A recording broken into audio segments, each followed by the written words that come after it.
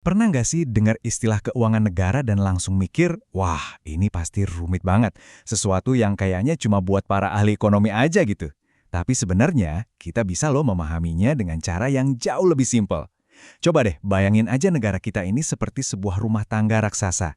Yuk kita bedah bareng-bareng. Nah ini dia kuncinya. Kita akan pakai kerangka berpikir ini selama pembahasan kita. Jadi anggap aja negara itu rumah besarnya dan kita semua ini adalah penghuninya. Dengan analogi sesederhana ini, konsep-konsep yang tadinya kedengaran asing dan sulit bakal jadi jauh lebih gampang kita cerna. Setiap rumah tangga kan pasti punya aturan mainnya sendiri biar nggak berantakan, betul kan? Nah, sama halnya dengan negara. Yuk kita lihat dulu apa aja sih aturan dasar yang jadi pondasi pengelolaan keuangan di rumah kita yang super besar ini. Oke, kita mulai dari definisinya menurut hukum.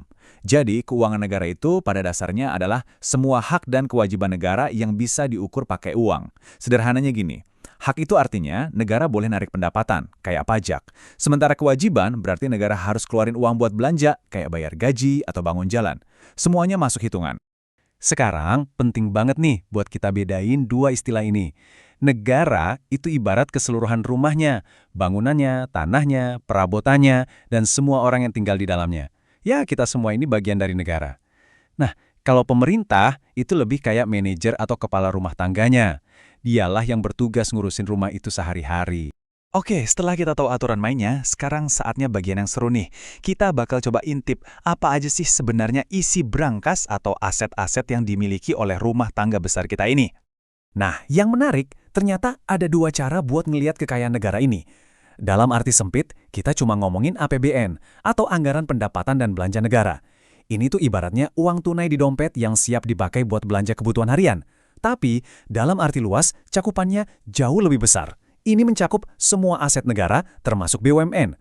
Kalau pakai analogi rumah tadi, ini bukan cuma uang di dompet, tapi juga rumahnya itu sendiri, bahkan sampai garasi yang disewain buat nambah pemasukan. Jadi, isi brankasnya itu macam-macam banget. Mulai dari hak buat narik pajak dari kita semua, pemasukan dari sumber daya alam, sampai kepemilikan saham di perusahaan-perusahaan negara. Tapi di sisi lain, ada juga kewajibannya loh. Kewajiban buat belanja layanan publik, kayak bangun sekolah, rumah sakit, bayar gaji PNS, semuanya diatur dalam keuangan negara. Kalau pemerintah, itu kita anggap sebagai kepala keluarga, berarti mereka punya pekerjaan rumah atau tugas utama dong ya? Ya, ada 3 tugas penting yang harus dijalankan supaya rumah tangga negara kita ini berjalan baik dan semua penghuninya bisa hidup sejahtera. Dan ternyata, para ahli ekonomi, salah satunya yang terkenal namanya Musgrave, udah merumuskan 3 fungsi inti ini. Jadi ketiga fungsi inilah yang jadi fondasi dari hampir semua kebijakan ekonomi yang dibuat oleh pemerintah. Nah, ini dia ketiga fungsi utamanya, alokasi, distribusi, dan stabilisasi. Kedengarannya mungkin agak teknis ya, tapi tenang aja, kita bakal bedah satu persatu pakai analogi rumah tangga kita yang tadi. Dijamin gampang dimengerti. Fungsi pertama, alokasi. Ini ibaratnya tugas kepala keluarga buat mastiin fasilitas bersama di rumah itu tersedia dan berfungsi baik. Misalnya, benerin atap yang bocor atau bangun pagar.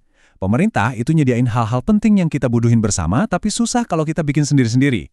Contohnya apa? Jalan tol, jembatan, sampai sistem pertahanan negara.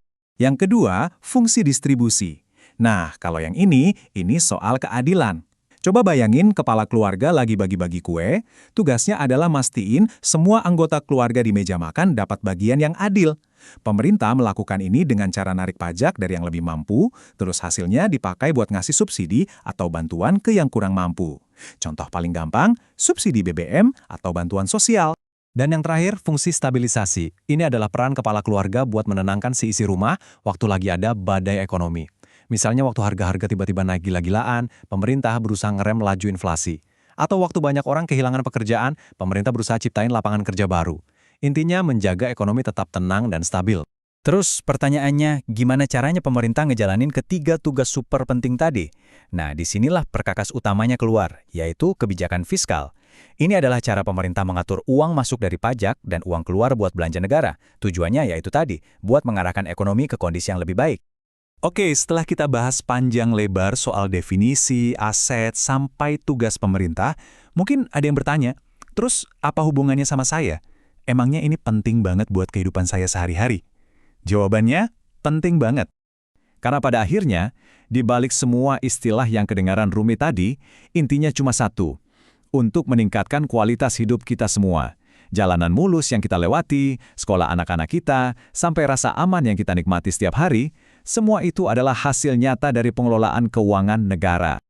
Semua pembahasan ini membawa kita ke satu pertanyaan besar berikutnya. Kalau pemerintah itu adalah kepala keluarga, gimana sih cara mereka merencanakan dan nulis buku anggaran tahunan untuk rumah sebesar Indonesia ini?